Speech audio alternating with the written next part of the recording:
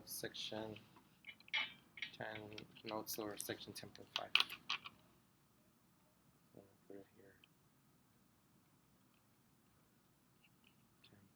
10.5, which is a rationalizing denominators and numerators of radical expressions.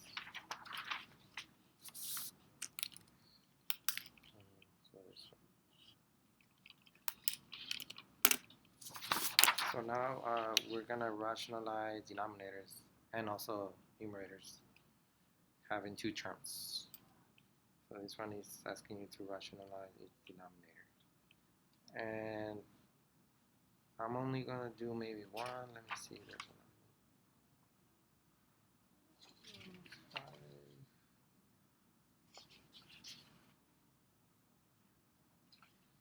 I do two, maybe.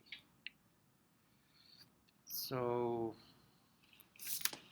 let me do this one. It's a lot easier. That one's gonna be more complicated. So to rationalize expressions that have two terms, like denominators with two terms, so this one has two terms, we're gonna have to use what's called the conjugates.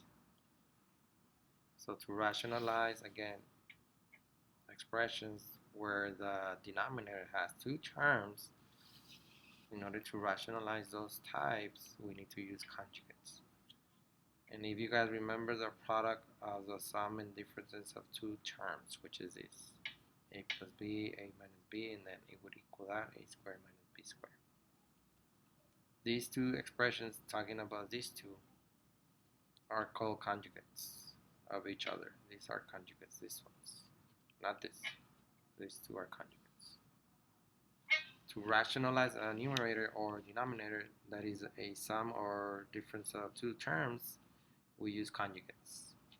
So again, what's a conjugate? In definition, conjugates are two pairs of binomials, because they're binomial, right? Two terms. Binomial, bi means two, with identical terms, so they have identical terms, A, and B, B. With identical terms, but sharing opposite operations in the middle, which they mean this. This is positive, that's negative in the middle. So they're gonna share the same terms, but different operation in the middle. And that would be a conjugate. This is another easy example. It's the same as with different letters, x minus y, x plus y. Same terms, different operation in the middle. That's a conjugate. So for example, number 4, we need to rationalize the denominator. In order to do that, you need to multiply by the conjugate of this denominator. So what's the conjugate? Again, they're gonna have the same terms. The operation in the middle would be the opposite, which is negative, and then again the same term. So you're gonna do the same thing to both sides.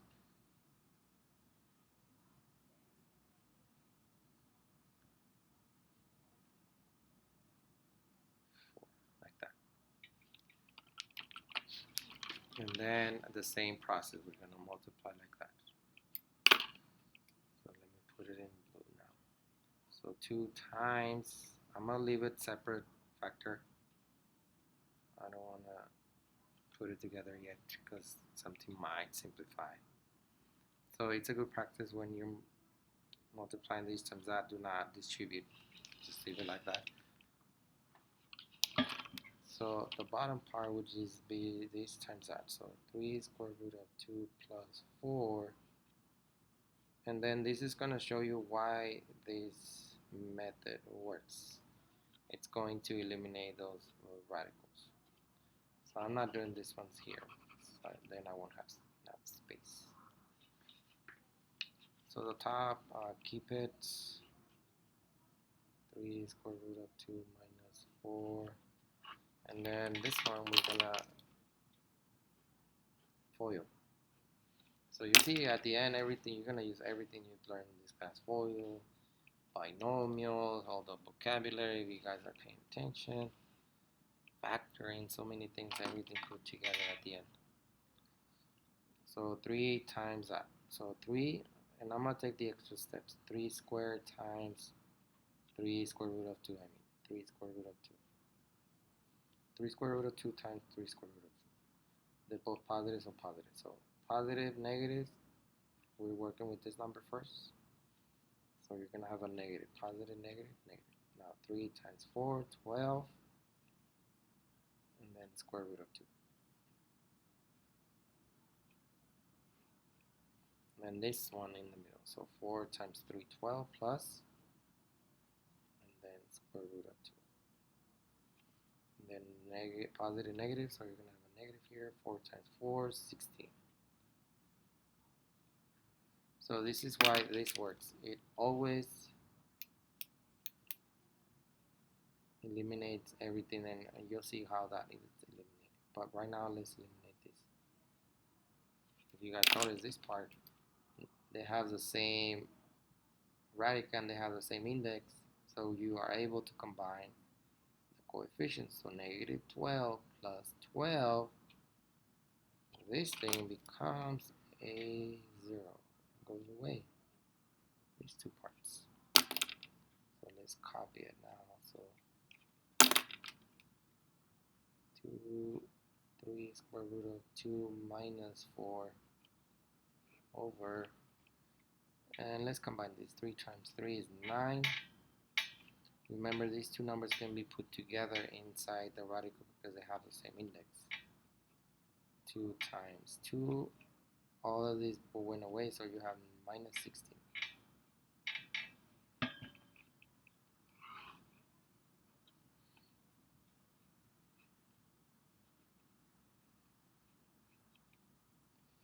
So you know that's going to give you square root of 4 minus 16. And I'm taking extra steps again. So square root of 4, you guys know it's 2, so 9 times 2 minus 16.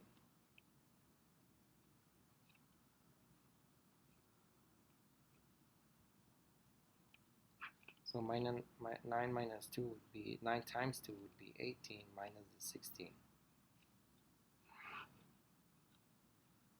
So 2, 3 square root of 2 minus 4 over 18 minus 16 would be 2. And guess what? That one also, this one simplifies to a 1. They go away and you're left with this only. And that should be the answer. And it is. This part is the answer.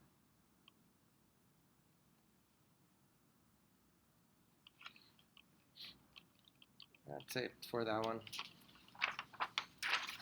Let me see if I want to do this one, because that one for the video is going to take too long, so I'm skipping this one. It's just going to be too long. I'm skipping that one. Just make it too long. Let's do that one. So I'm going to write it over here, the C.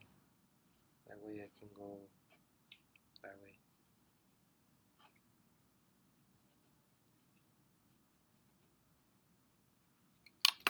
So again, we will need to rationalize. That was the instruction, the denominator.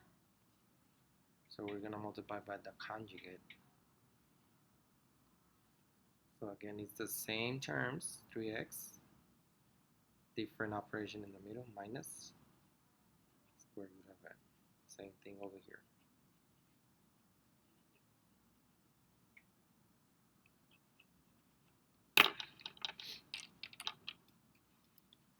Okay, and then we're going to multiply 2 square root of m times 3 square root of x minus square root of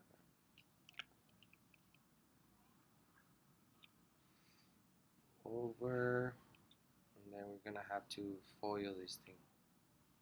We're going to have this, I don't want to do it, I don't want to put it together. You guys know you're going to have to multiply this. So 3x times 3x, that would be 3 times 3 would be 9. The x is going inside as x squares, right? X times x, x squared. You can put it together inside. And then that times that negative, so you're going to have a negative 3 and then I'm going to put the x and the m inside. Square root of xm. So not this one. That turns out positive, in this case, positive 3, and then the x and the m inside, xm. And then this one at the end. So negative, right? Positive, negative, so you're going to get a negative. And then I'm going to put this m's inside the radical, m square. So what happens here? 2 square root of m, 3 square root of x minus square root of m. So this one, you know it's going to be 9x, right? This one is going to square root to an x. So 9x. If you guys notice these two terms, that's why you use the conjugate always, will go away. Always, always, always, always. That's why you do the conjugates. It becomes zeros. And you know that's going to be minus, and that m squared, so the square root of m squared is just m. And then from here, let's see what happens. I think that the answer, actually, they simplify, because you can actually simplify. So once you get to this step and there's nothing to simplify this with, and then you need to distribute. In this case, we are going to distribute because there's nothing we can do. So these 2 times 3 would be 6, and then this ones would be inside, mx, and then 2 times negative, right? Times the 1 here would be 2, and then the m's inside m squared over the 9x minus 7. So we get 6 square root of mx minus 2 square root of m squared would just be 2m, right? The m, 2 divided by 2 would just be m outside. This, there's nothing we can do, and then 9x minus m. And here, we can't combine anything else. We can't cancel, simplify anything else. So this should be the answer now. And it is. So this is the answer, guys. Okay, let me see if I have time for the numerator.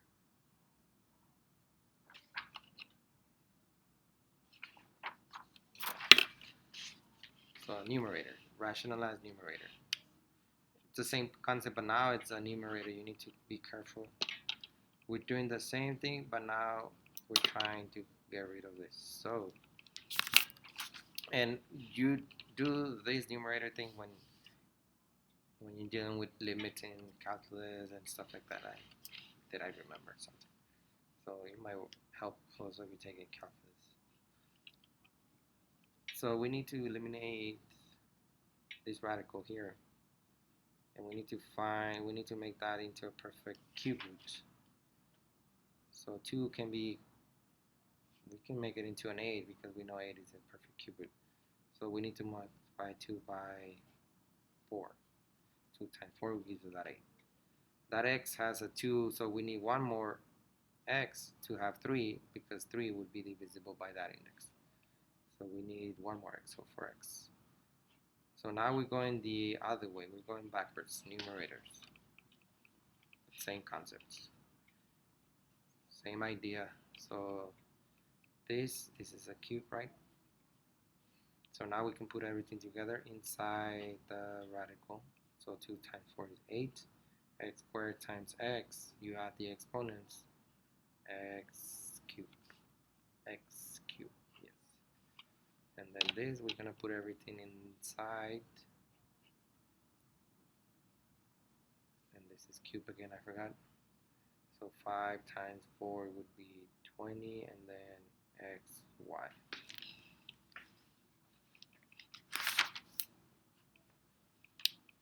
Okay, so what happens with the top? Cube root of 8, you guys know it's 2 from here. This x cubed, so 3 divided by 3 would just be 1, so 1x. And then you have this at the bottom. And that's the answer. That's how you rationalize the numerator. Now the radical is only at the bottom. Now rationalize numerator again. Now we have a binomial, so you're going to use the conjugate, so they have the same terms, different operation in the middle, and then this, and then you do the same to the bottom. Sorry, minus 2, and then let's multiply. So we're going to do the FOIL here. X times x would just be x squared, and then minus 2 square root of x, and then here positive. Now with this, positive 2 square root of x, and then 2 times 2 negative, so negative, positive negative, we get a negative. 2 times 2, 4. Over, I'm not going to combine it yet. Let's see what happens. So when you do the conjugate, remember always the middle will, negative, positive will become 0. And you know x squared, the square root of x squared would just be x. And then minus a 4. And then you have this at the bottom. And I don't think we can do anything with this anymore. There's nothing to simplify, so that's the answer. That's how you rationalize the numerator. That's it, guys. Thank you.